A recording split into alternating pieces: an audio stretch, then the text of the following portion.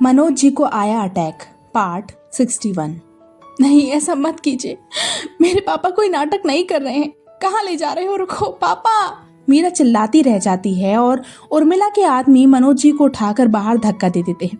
इससे पहले बेहोश मनोज जी को कोई चोट पहुंचती, दो हाथ जल्दी से उन्हें संभाल लेते हैं।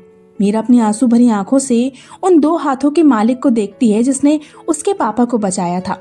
वो हैरान रह जाती है। उसके कांपते होठों से बस एक ही नाम निकलता है, विव। हाँ, ये विवान था जो अपनी मीरू से मिलने उसके रेज्यूमे में लिखे पते पर आया था।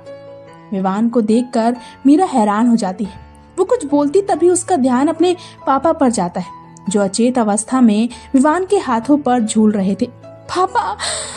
मीरा मनोज जी की हालत देखकर जल्दी से खुद को उर्मिला के आदमियों से छुड़ाती है और भागकर मनोज जी के पास आकर उन्हें उठाने की कोशिश करने लगती है। पापा, पापा उठिए ना पापा। आपको क्या हो गया पापा? मीरा मनोज जी को उठाने की कोशिश करती है मगर अफसोस, मनोज जी अब भी वैसे ही थे। मीरू, संभालो खुद को, हमें जल्द से जल्द अंकल को हॉस्पिटल ले जाना होगा, चलो जल्दी। विवान कहता है और मनोज जी को लेकर अपनी कार तक ले आता है और उन्हें पीछे की सीट पर लेटा देता है। मीरा भी जल्दी से कार में बैठती है और जल्द ही विवान की कार हवा से बातें करते हुए हॉस्पिटल पहुंच जाती है। विवान बिना देर किए वार्ड बॉय की मदद से मनोज जी को स्ट्रेचर पर लेटाकर अंदर ले जाता है। जल्दी ही मनोज जी को एडमिट किया जाता है और डॉक्टर्स मनोज जी की हालत देखकर उन्हें आईसीयू में ले जाते हैं। वहीं विवान भी बाकी फॉर्मेलिटी पूरी करने लगता है। जल्दी ही आईसीयू का डोर खुलता है और एक डॉक्टर बाहर आते हैं। इससे पहले मीरा कुछ पूछती, विवान पूछ पड़ता है, अंकल कैसे हैं डॉक्टर? वो ठीक नहीं है, उन्हें अटैक आया है, हमें अभी उनको ऑपरेशन करना होगा, डॉक्टर कहते हैं। तो मीरा और विवान दोनों परेशान हो जाते हैं। तो देर किस बात की, कीजिए ना ऑपरेशन। डॉक्टर की बात सुनकर विवान तुरंत कहता है, इसके लिए स्पेशलिस्ट की जरूरत है जो इस वक्त मुंबई में नहीं है, उनके बिना हम ये ऑपरेशन नहीं कर सकते, डॉक्टर कहते हैं। तो मीरा और विवान दोनों टेंशन में आ जाते हैं। मीरा खुद को संभाल नहीं पाती और वहीं बेंच पर बैठकर रोने लगती है। डॉक्टर, अब बस ऑपरेशन की तैयारी कीजिए, स्पेशलिस्ट टाइम पर आ जाएंगे। विवान कुछ सोचकर कहता है तो डॉक्टर हाँ में सिर हिलाकर चले जाते हैं। वहीं विवान रोती हुई मीरा को देखकर उसके पास आकर कहता है, चुप हो जाओ मीरू, मैं अंकल को कुछ नहीं होने दूंगा, आई प्रॉमिस। विवान की बात सुनकर मीरा अपनी आंसू भरी आंखों से विवान की तरफ देखती है तो विवान मीरा के आंसू पोंछता है और अपनी पलकें झपका देता है, मानो कह रहा हो, चिंता मत करो, मैं हूं ना, तुम यहीं बैठो, मैं अभी आया। कहकर विवान अपना फोन लेकर वहां से थोड़ी दूर चले जाता है। वहीं सिंघानिया मेंशन में और फिर उस नन्ही परी को उसके पंख वापस मिल गए और वो वापस खुले आसमान में उड़ने लगी। वेदिका स्टोरी खत्म करती है और अपनी नजरें नीचे करके देखती है तो उसकी गोद में लेटी अद्विका कब की नींद के आगोश में चली गई थी। अद्विका को बेखबर सोते देखकर वेदिका के होठों पर मुस्कुराहट आ जाती है।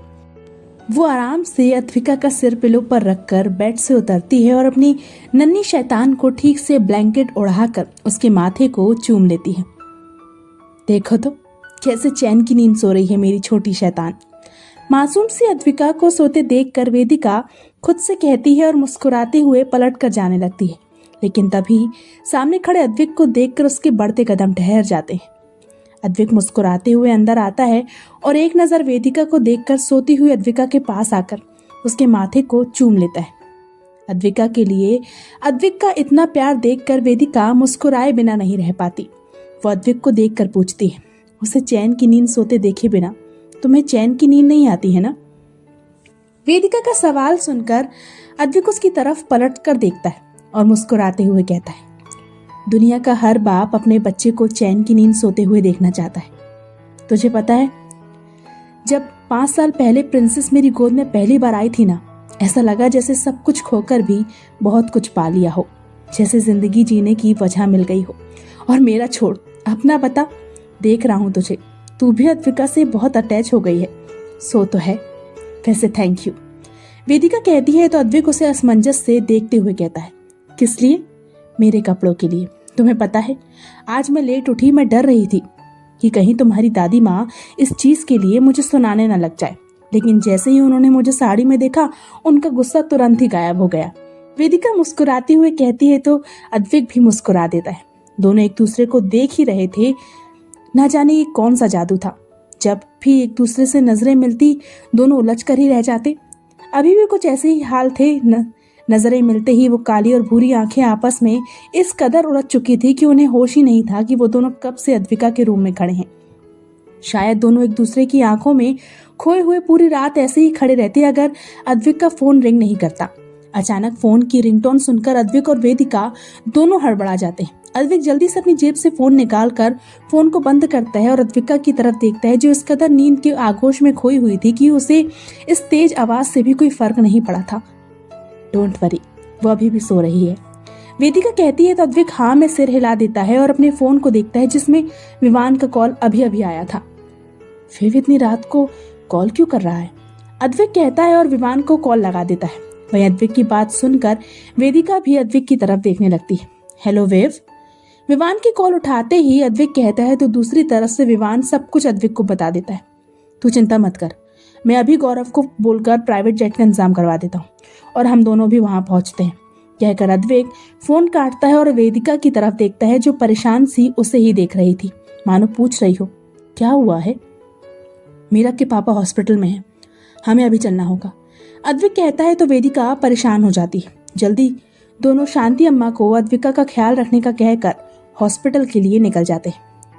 वहीं हॉस्पिटल में विवान आईसीयू के बाहर परेशान सा खड़ा था और स्पेशलिस्ट से फोन पर बात कर रहा था।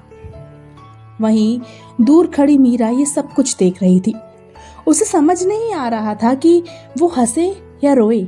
जिसे सालों पहले छोड़ दिया, आज वही उसकी इस दुख की घड़ी में, इस दर्द में उसका हमदर्द बना बैठा था। ये सोचकर ही वो कांप रही थी कि अगर आज विवान नहीं होता तो शायद वो अपने पापा को समय पर हॉस्पिटल नहीं पहुंचा पाती। इतना वो नहीं कर पाती जितना इस वक्त विवान कर रहा था। मीरा विवान को देखकर अपने विचारों में खोई हुई थी जब वेदिका की आवाज उसके कानों पर पड़ती है और उसका ध्यान अद्विक के साथ आ रही वेदिका पर पड़ता है। वेदिका को देखते ही ना जाने मीरा को क्या हो जाता है। उसका सब्र खुद पर से टूट जाता है और वो तुरंत भागकर वेदिका के गले लगकर रोने लगती है। मीरा को रोते देखकर अद्विक वेदिका की तरफ देखता है तो वेदिका उसे देखकर अपनी पलकें झपका देती है। तो अद्विक विवान के पास चले जाता है। वेदिका, पापा, मीरा रोते हुए कहने की कोशिश करती है मगर कह नहीं पाती। कुछ नहीं होगा अंकल को, हम सब हैं ना, और अद्विक ने तो प्राइवेट जेट भेज दिया है स्पेशलिस्ट को लाने के लिए। देखना मीरा, अंकल बिल्कुल ठीक हो जाएंगे। वेदिका मीरा को चुप कराते हुए कहती है और उसे बेंच पर बैठा देती है। अभी थोड़ी देर ही हुई थी कि एक नर्स आईसीयू के बाहर आकर कहती है, हमें पेशेंट की पुरानी मेडिकल रिपोर्ट चाहिए थी। वो तो घर पर है, मैं अभी ले आती हूँ, कहकर मीरा खड़ी होती है और जाने लगती है। तो विवान उसे रोकते हुए कहता है, रुको, मैं भी चलता हूँ।